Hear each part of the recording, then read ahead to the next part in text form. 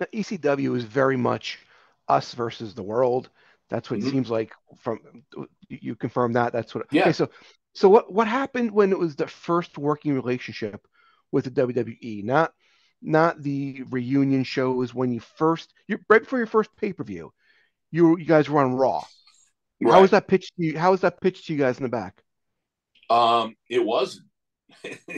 I got a phone call Monday afternoon to say, "Hey, watch Raw tonight." And John got a phone call, I guess, Sunday to say, "Would you like to go to the Manhattan Center to do Raw?" Because it was John who went up. They only needed one referee for what they did. Right. But yeah, it was kind of hush hush. I don't know how many people really knew. And it was just basically to promote the pay-per-view.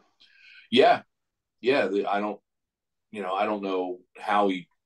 I'm sure I know how he talked him into it. Paul could talk anybody into anything. But he talked them into helping them promote it. I don't know whether it was directly to Vince or through someone else, but there we were. You didn't do anything with that part of the I wouldn't say invasion, but that working relationship.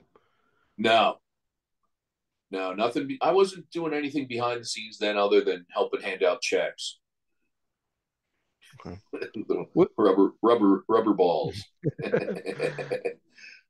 was it like a welcoming environment for the guys? Did they tell you anything about it when they went up there? They said it was. They said there were a lot. The guys were, hey, come and sit in here with us or whatever. If you ever been to that building, all like the dressing rooms are on the sides. They're up like Hmm. levels, and they're like narrow walkways. Uh, so yeah, from what I understand, everybody was welcome. What was the vibe like in the locker room when somebody decided they were going to leave the company? Like when I don't know the Dudleys went to WWE or someone went to WCW. How did the boys handle that? We were family, and we hate to see him go, but the reason for doing it is you're here to make money, Right. and you got to do if you can make money, some bet more money somewhere else, then we're behind you. That makes sense. And I think everyone left on a pretty good note. I don't think anybody left on a well, there were a couple that we know about left on bad terms, but everyone else was like, they finished out their storylines or whatever. They didn't just, take off, except for one. Trying to think. Mike Awesome. Yeah, that was the only one. I think So there what may he have was been. working with that he was working without a contract and he got offered a guaranteed deal from Mm-hmm. WCW. Yeah. Yeah, and Paul was afraid that he was going to show up on TV with the belt, do a Medusa, and dump it in the Right. trash can. Right.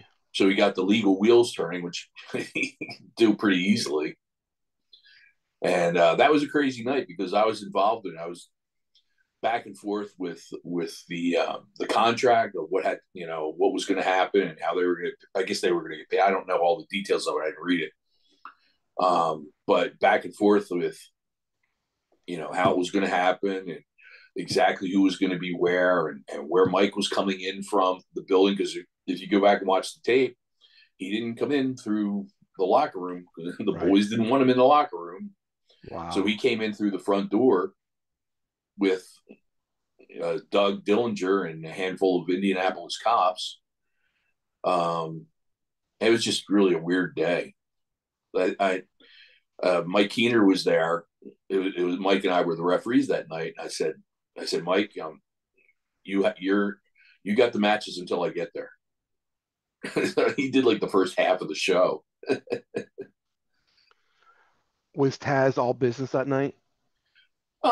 Yeah, pretty much. I had to meet Paul to get the contracts, and it was at a Chinese restaurant. Of course, Paul found a Chinese restaurant in Indianapolis, and it looked like a scene from The Sopranos, where like, or from The Godfather or something, where the big Don is in the middle, and all his sergeants are around the half table.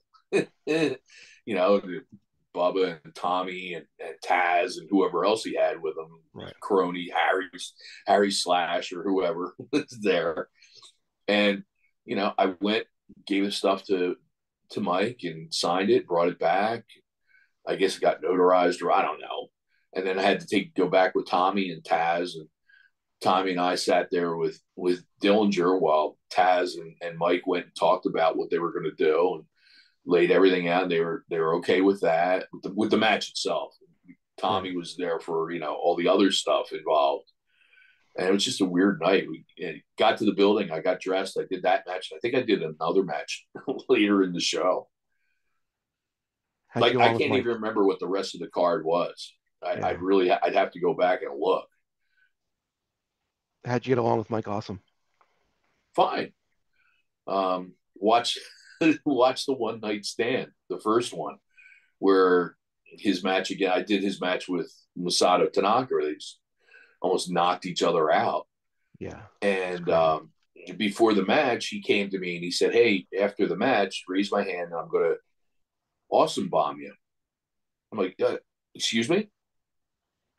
He said, "Yeah, raise my hand. I'll grab you. I'll kick you and I'll pick him up and awesome bomb." I'm like, "Did you tell anybody this?" No. I said, "Well, shouldn't you?" No, because they'll probably say no. I'm like, okay. Um, but what about? I said, Mike, I don't have the greatest ups and fat and low centered and don't worry, I'll get you. And he was strong enough that he probably could have, but not after doing a whole match and tearing his knee apart in Right. the match.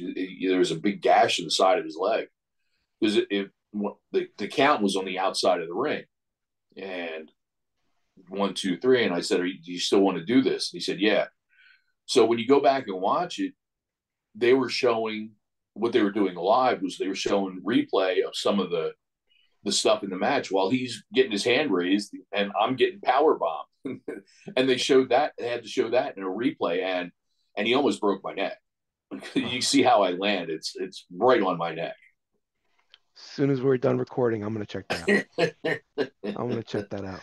If promoters want to reach me, the best way to do that is on X or Twitter, and it's at Jim Molineaux. It's all one word, all lowercase. Or you can search me on Facebook. I'm on Facebook, um, and usually have all my information there, where I'm going to be, um, and how to reach me if you do want to use me. And I'm taking bookings.